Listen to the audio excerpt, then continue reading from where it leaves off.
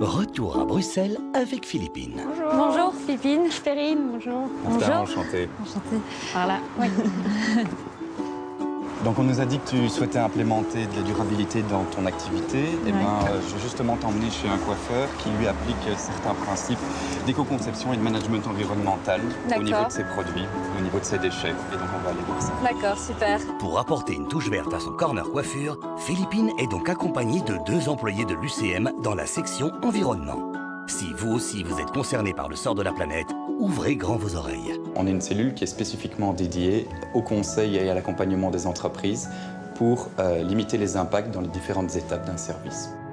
Notre candidate ne perd pas une miette des conseils qu'elle reçoit. Penser vert est plus complexe qu'il n'y paraît et toutes les informations sont bonnes à prendre. Il y a plusieurs manières d'envisager ton entreprise du point de vue environnemental et ça, on peut le voir sous 2 axes. Le management environnemental, l'éco-conception. Ces 2 approches sont différentes, mais elles sont également complémentaires. D'accord.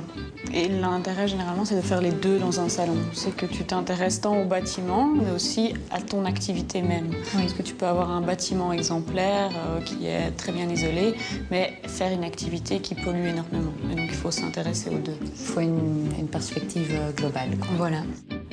Les conseils que je reçois sont vraiment utiles. Ça me permet d'avoir une vision globale sur tout ce que je pourrais faire pour diminuer cette empreinte écologique. Pour ce faire, les moyens à mettre en œuvre sont divers et variés. Mais finalement, sur certains points bien précis, Philippine pourrait déjà s'avérer être une bonne élève.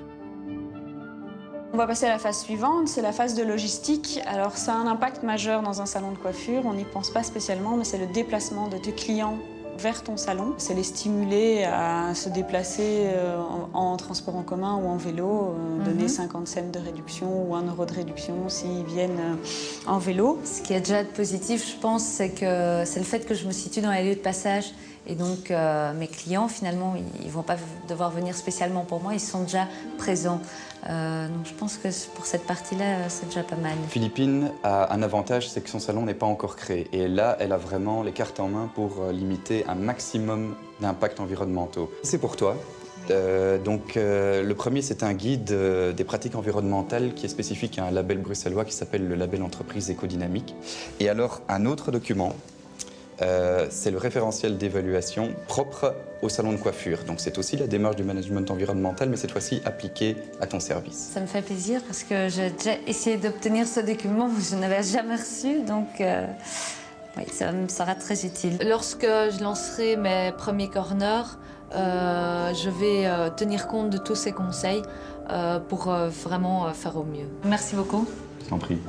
Au revoir. Merci à toi. Merci.